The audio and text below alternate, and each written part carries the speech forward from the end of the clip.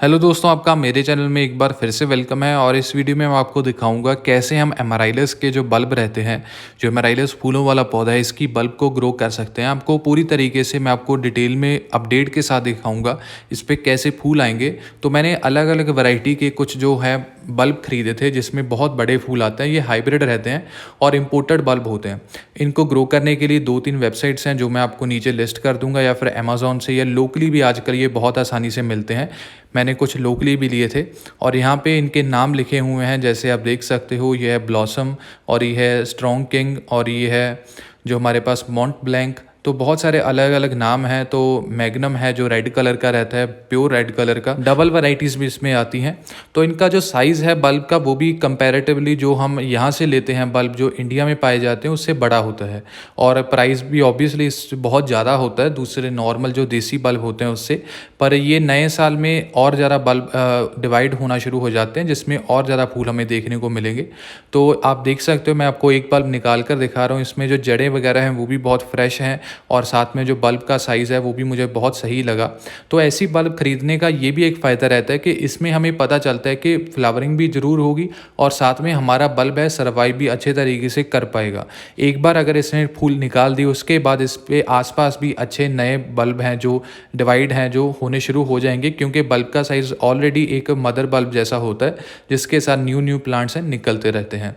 तो पहले हम देख लेते हैं मिट्टी। जो मिट्टी में मैंने क्या किया है, मिट्टी दोस्तों एमेराइलस के लिए मैंने कुछ खास नहीं बनाई है। जो मेरे पास घर पे जो नॉर्मल गार्डन सॉइल रहती है उसमें मैंने थोड़ा सा जो लीफ कंपोस्ट है वो ऐड किया है, और साथ में थोड़ा सा आप कोकोपीट ऐड करना चाहे कर सकते हैं, नहीं तो सैंड भी इस्तेमाल कर सकते हैं।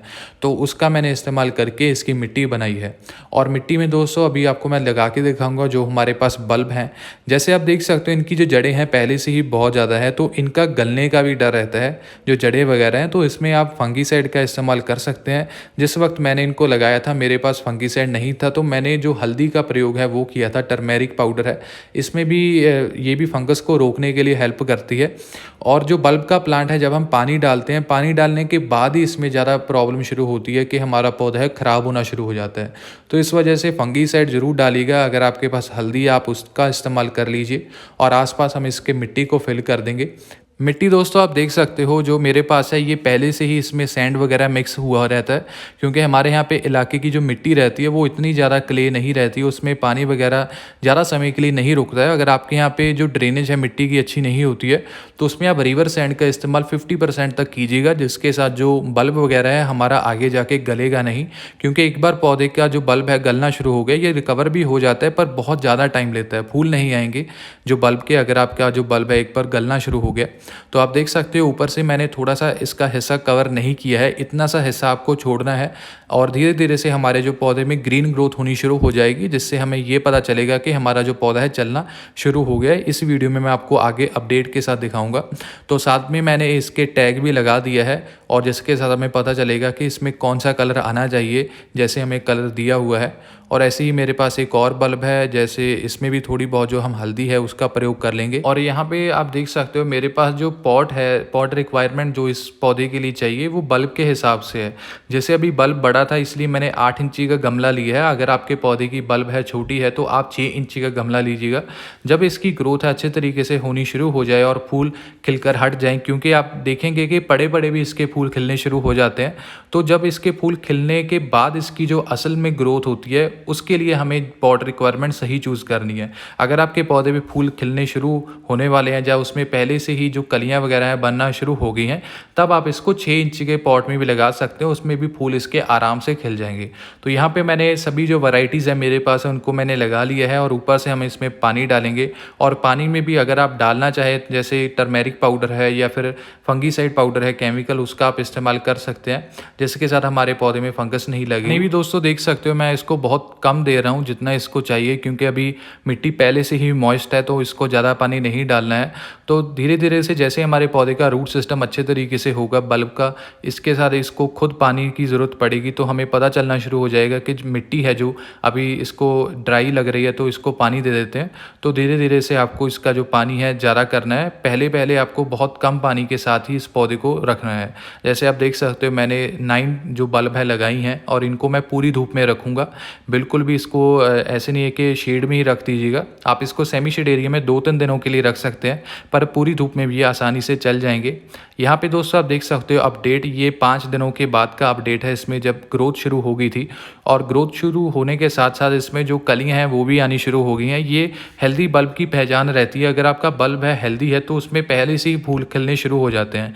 और अगर आप सीज़न में लगाएंगे, जैसे अभी इसका सीज़न है मार्च या अप्रैल में लगा देंगे, तो इसके जो फूल हैं ज़्यादा जल्दी आ जाएंगे और फूलों की क्वांटिटी है वो भी ज़्यादा रहेगी। तो हमारे जो सभी बल्ब हैं अभी ग्रोथ इन्होंने करनी शुरू कर दी है। तो ये इससे ये हो जाता है कि हमारा जो पौधा है सेटल हो गया है। जो बल्ब है इसको मिट्टी में अच्छे तरीके से अभी ग्रोथ होनी शुरू हो जाएगी इसकी।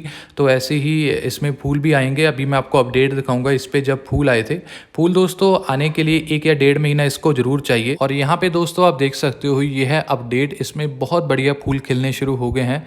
और ये जो बल्ब हैं इनमें आप देखेंगे जो इसकी जो स्टिक रहती है फूलों वाली वो भी बहुत ज़्यादा लंबी नहीं जाती है। ये द्वार्फ साइज़ ही जैसे इसकी हाइट रहती है उसमें बड़े बड़े फूल आते हैं। यहाँ पे आप देख सकते हो एक स्टिक निकली है, इसके ऊपर 3 से 4 फूल हैं। तो बहुत लंबे समय के लिए खिले भी रहते हैं। ये जो मेरे पास एप्पल ब्लॉसम वैरायटी है, इसके जो फूल हैं मेरे पास 10 से 12 दिनों के लिए बहुत आसानी से खिले हुए थे। और उसके बाद इसकी एक और नई स्टिक आई थी जिसमें दोबारा से फूल आने शुरू हो गए थे। तो हम करीब कह सकते हैं कि महीना या 1.5 महीना इसके फूल रहते हैं। साल में एक बार खिलते हैं। तो बहुत बढ़िया तरीके से आपको रिजल्ट मिलेगा अगर आप ऐसे अपने जो एमराइलस के बल्ब है लगाएंगे। जो फ्लावर का साइज़ है वो भी बहुत बढ़िया है। तो मुझे ये जो बल्ब हैं बहुत अच्छे लगे। और हर एक साल जैसे एक बार साल में इसके फूल आते हैं तो इसका वेट रहता है कि कब ये खिलेंगे और कैसे फूल इसमें आएंगे। तो यहाँ पे एक और वैरायटी है, इसमें आप देख सकते हो ऑरेंज कलर है और ये डबल पेटल है जो मैंने आपको दिखाया था। इसका बल्ब बहुत बड़ा था, इसमें फूल भी अच्छे आए हैं। थोड़ी सी गर्मी ज़्यादा होने की वजह से एक दिन इसको पानी अच्छे से नहीं मिला था, इसके वजह से इस पर ब्राउन स्पॉट्स आ गए थे। पर फिर भी आप देख सकते हो फूलों का जो साइज़ है और साथ में जो डबल पेटल्स हैं वो बहुत बढ़िया लग रही हैं। तो ऐसे ही आप भी इनको लगा सकते हैं, ये बहुत बढ़िया तरीके से रिज़ल्ट देते हैं। थोड़े से बल्ब जैसे महंगे होते हैं, इसलिए अगर आप लगाएंगे तो धीरे धीरे से आपके मल्टीप्लाई होते जाएंगे, जिसके एक्सचेंज में आप कोई और नए बल्ब से ले सकते हो। और ये मैंने 5 इंचज़ के पॉट में लगाया था। एक और बल्ब है, इसमें भी बहुत बढ़िया तरीके से ग्रोथ हो रही है। तो आप ऐसे लगा के ज़रूर देखिए। ये मैंने आपको अपडेट दिया है कि कैसे आप इन सभी एमराइलस के प्लांट्स को ग्रो कर सकते हैं। पूरी धूप में चलने वाले पौधे हैं और गर्मी में ही फूल देते हैं और सर्दी में इसकी ग्रोथ होती रहती है, पर जो फूल हैं मार्च में या फरवरी में आने शुरू हो जाते हैं। इसकी अगर आप रिपोर्टिंग भी करना चाहें, जैसे बल्ब को डिवाइड करना चाहें, तो फरवरी या मार्च का महीना सबसे बढ़िया रहता है, या फिर सितंबर में भी आप कर सकते हैं। और इसमें कोई भी इंसेक्ट वगैरह भी नहीं लगता है। अगर यहाँ पे आपके माइट्स वगैरह का अटैक है तो नॉर्मल नीम ऑयल का स्प्रे कीजिए, उसके साथ आपके पौधे पे जो अटैक वगैरह है पेस्ट का वो निकल जाएगा। और या फिर आप इमिडाक्लोप्रिड इंसेक्टिसाइड का इस्तेमाल कर सकते हैं। तो ये मेरे पास एक और बल्ब थी, इसमें 2 शूट्स इकट्ठी निकली थी और करीब करीब इसमें 10 फूल इकट्ठे आए थे। तो आप खुद अंदाज़ा लगा सकते हैं कि कितने ज़्यादा फूल इसमें एक टाइम पे खिल सकते हैं।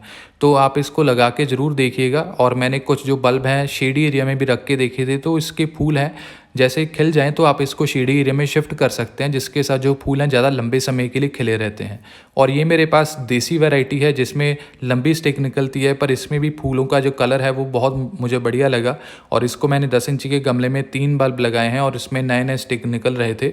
तो यही दोस्तों वीडियो थी। आई होप आपको ये वीडियो पसंद आई होगी। चैनल को जरूर सब्सक्राइब कीजिएगा और वीडियो को भी शेयर एंड लाइक कीजिएगा। अगर आपका कोई और क्वेश्चन है रिगार्डिंग एनी प्लांट, आप कमेंट सेक्शन में पूछ सकते हो। So thank you for watching. और आप भी इन पौधों को जरूर लगाइए। और भी बहुत सारे बल्ब ग्रोन प्लांट्स रहते हैं जिनके बारे में मैं आपके लिए इन्फॉर्मेशन और ज़्यादा दूंगा। तो चैनल को सब्सक्राइब करके रखिएगा, जिसके साथ फ्लावरिंग प्लांट्स के बारे में आपको जानकारी मिलती रहेगी। Thank you for watching.